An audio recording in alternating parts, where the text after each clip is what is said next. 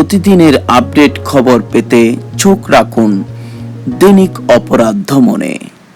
আগামীর পথে সত্য প্রচারে অপরাধ দমন। সম্মানিত দর্শক, এই মুহূর্তে আমি অবস্থান করেছি চট্টগ্রাম বোয়ালখালী বহদ্দারপাড়া বিএনপির সাবেক নেত্রী ও সাবেক ইউপি সদস্য মরহুমা লায়লা মেম্বরের বাড়ি। প্রতিবেশী প্রভাবশালী আওয়ামী লীগ নেতার হাতে নির্যাতিত লায়লা মেম্বরের পরিবার। কিভাবে তারা নির্যাতিত হয়েছে শুনুন ভুক্তভোগীর কাছ থেকে। কথা বলছি মরহুমা লায়লা মেম্বরের সুযোগ্য সন্তান ও পুত্রবধূর সাথে। আমি মোহাম্মদ শেখান্দের বাচ্চা, সাবেক মহিলা মেম্বার, বোয়ালখালী পৌরসভার প্রথম নির্বাচিত কাউন্সিলর লায়লা বেগম মেম্বারের ছেলে। আমার আম্মা দীর্ঘদিন বিএনপির রাজনীতির সাথে জড়িত ছিলেন। বিএনপির দুঃসময়ে রাজনীতির সাথে আমার পরিবার জড়িত ছিল। আমরাও বিএনপির রাজনীতির সাথে জড়িত আছি। বিগত স্বৈরাচার সরকারের দোসররা আমার আব্বা আম্মার রেখে দেওয়া সম্পত্তি জবরদখল করার প্রত্যয় করে আসতেছে। আমি প্রতিবাদ করলে ওরা আমাদের উপরে দলবল নিয়ে এসে হামলা করে ভয়ভীতি দেখায়, বিভিন্ন মিথ্যা হামলা দিয়ে আমাকে জড়ায়। আমি ওদের বিরুদ্ধে বোয়ালখালী থানায় একটা মামলা করি। মামলা করার পরে বোয়ালখালী থানার তদন্ত কর্মকর্তারা সরজমিনে ঘটনাস্থলে এসে তদন্ত করে যায়। তদন্ত করে যাওয়ার পরে রিপোর্টটা আমার পক্ষে যায়। রিপোর্টটা যাওয়ার পর থেকে ওরা আমার পিছনে লেগে রাখছে, আমাকে কোনো সময় হত্যা করবে, প্রাণ নাশের হুমকি দিয়ে আসতেছে। আমি এর মধ্যে গত 11-12 একটা জিডি করছি বোয়ালখালী থানায়, 11-12 ওদের বিরুদ্ধে। আমি ওদের বিরুদ্ধে গত 11-12 একটা জিডি করছি। মুর্শিদ আলম বাসা বাহিনী বলে সবাই চিনি।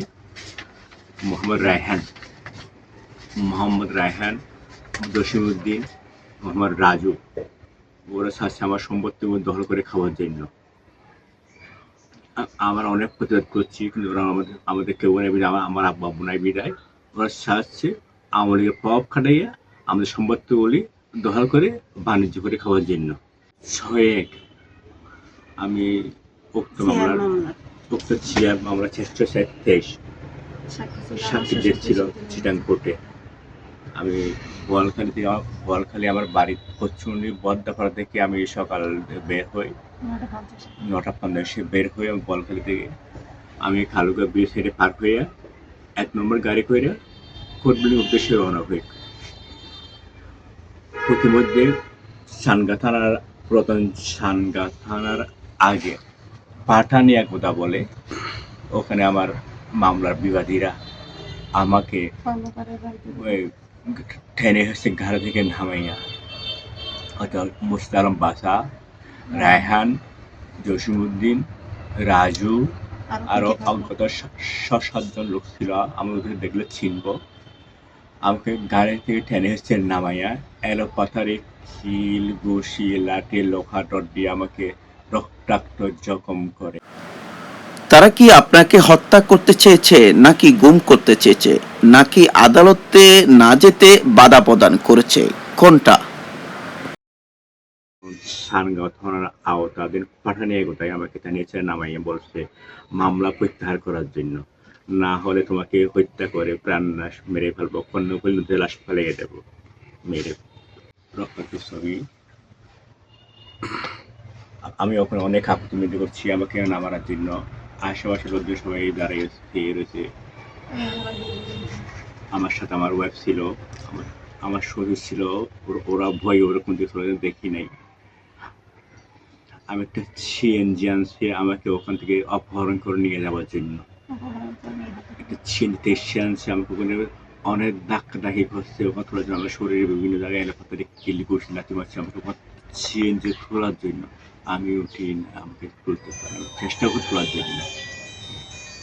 আমার স্বস্বীকার করিলে আশেপাশের লোক দৌড়াই আসিলে মুর্শিদ আলম বাসা, মোহাম্মদ রায়হান, রাজু, জসিমউদ্দিন ও অন্যান্য অজ্ঞাতরা দৌড়ে পালিয়ে চলে যায়। আমি ওদের অত্যাচারে হামলা শিকার হইয়া আমি মুমূর্ষু অবস্থায় রাস্তায় পড়ে থাকি, আর কিছু বলতে পারতেছি না। আহ্বান জানাবো। এখন আমি ভুক্তভোগী পরিবারের স্ত্রীর সাথে কথা বলছি। আচ্ছা, ওই দিন কি ঘটেছিল আপনি একটু আমাদেরকে শেয়ার করবেন? আচ্ছা বল। আসসালামু আলাইকুম, আমি মোহাম্মদ সিকান্দার হোসেন বাসার ওয়াইফ।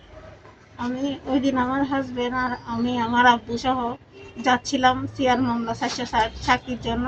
প্রথমে আমি আর আমার হাজবেন্ড সাক্ষী দিয়ে দিয়েছিলাম। জজ স্যার বলতেছিল যে আগামী মিছিলে আরেকজন সাক্ষী আনতে হবে। তাই আমি ভয়ের কারণে আমার হাজবেন্ডকে কোথাও একা যাইতে দিই না। সাথে আমার হাজবেন্ডের সাথে আমি সব সময় থাকি ছায়ার মতো, কারণ ওর মা বাবা সবাই মারা গেছে। আমি ছাড়া, আমার আব্বু ছাড়া ওর কাছে আর কেউ নাই। না থাকার কারণে আমি মামলা আমরা এখান থেকে কালুঘাট পর্যন্ত যাই সিএনজি করে। যাওয়ার পরে ওইখান থেকে কালুঘাট ব্রিজ হেঁটে পার হয়ে রাস্তার ওই পারে পশ্চিম পারে যাই। যাওয়ার পর একটা 1 নম্বর বাসে করে কোর্ট বিল্ডিং যাওয়ার উদ্দেশ্যে উঠি।